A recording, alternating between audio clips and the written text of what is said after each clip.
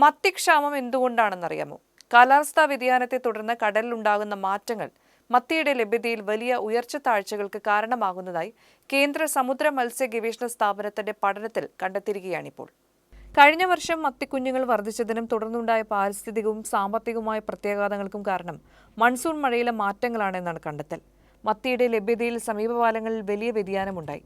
2012 4 ലക്ഷം ton എന്ന record അളവിൽ ലഭിച്ച മത്തി 2021 3500 ടണ്ണായി കുറഞ്ഞു. കഴിഞ്ഞ വർഷം 10 സെന്റിമീറ്റർ വലുപ്പമുള്ള കുഞ്ഞൻ മത്തി വൻതോതിൽ പ്രത്യക്ഷപ്പെട്ടു.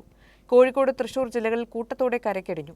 കഴിഞ്ഞ വർഷം അനുകൂലമായ മൺസൂൺ മഴയും പോഷകസമൃദ്ധമായ അടിത്തട്ടിലെ ജലം മുകളിലേക്ക് വരുന്നതും മത്തി ലാർവകളുടെ പ്രധാന ഭക്ഷണമായ സൂക്ഷ്മപ്ലവകങ്ങൾ പെരുകാൻ കാരണമായി.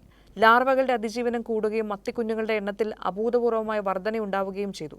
മത്തിക്കുഞ്ഞുങ്ങൾ കൂടിയതോടെ അവയുടെ ഭക്ഷ്യലഭ്യതയിൽ കുറവുണ്ടായി. ഇതുമൂലം വളർച്ച മുരടിക്കാനും തൂക്കം കുറയുന്നതിനും കാരണമായി. മത്തിയുടെ വില കുത്തനെ ഇടിഞ്ഞു. സമുദ്രത്തിലെ ഉഷ്ണതരംഗങ്ങളും മത്തിയുടെ പ്രജനനത്തെയും വ്യാപനത്തെയും ബാധിച്ചു എന്നാണ് പഠനം കാണിക്കുന്നത്.